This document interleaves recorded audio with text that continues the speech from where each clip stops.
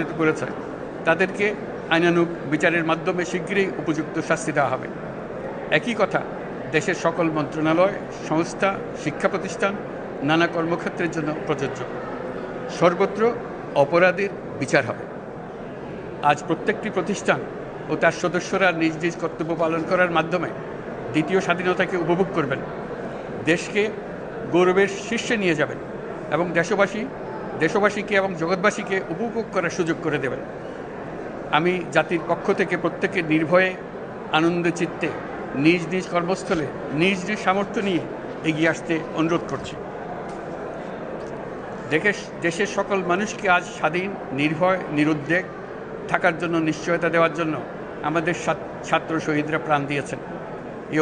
এই অভ্যুত্থানের মাধ্যমে সৃষ্ট সরকার দেশের প্রত্যেকের সরকার।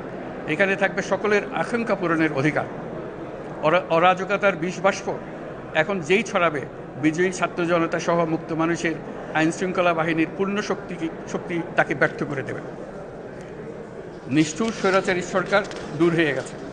কাল সূর্য উদয়ের সঙ্গে সঙ্গে গণতন্ত্রের, সুবিচারের, মানবাধিকারের, নির্ভয়ে মত প্রকাশের পূর্ণ স্বাধীনতার জন্য সকলের স্বাচ্ছন্দ্যে জীবনধারণের সুযোগ প্রদানের সচেষ্ট সরকারের ঘনিষ্ঠ সান্নিধ্য ও সহমর্মী পরশ দলমত নির্বিশেষে সবাই উপভোগ করবে। এটাই আমাদের লক্ষ্য। আমাদেরকে এই লক্ষ্য পূরণে সাহায্য করুন। সারা বিশ্ব আজ অবাক হয়ে বলছে, সাবাস বাংলাদেশ, সাবাস বাংলাদেশের ছাত্র জনতা। আমরা এই অর্জনটাকে আর অনেক দূর নিয়ে যেতে চাই। আমাদের ছাত্র জনতার জন্য কিছুই অসম্ভব নয়। আমাদের তরুণরা অসম্ভবকে সম্ভব করতে পারে, তারা সেজন্য প্রতিজ্ঞাবদ্ধ। যদি আমরা ঐক্যবদ্ধ থাকি, ধ্বংসাত্মক কর্মকাণ্ড থেকে দূরে থাকি, সবার জন্য মুক্ত পরিবেশ সৃষ্টি করতে পারি, আমাদের বিজয় অবশ্যই হবে। মহান আল্লাহ আমাদের সহায় হন।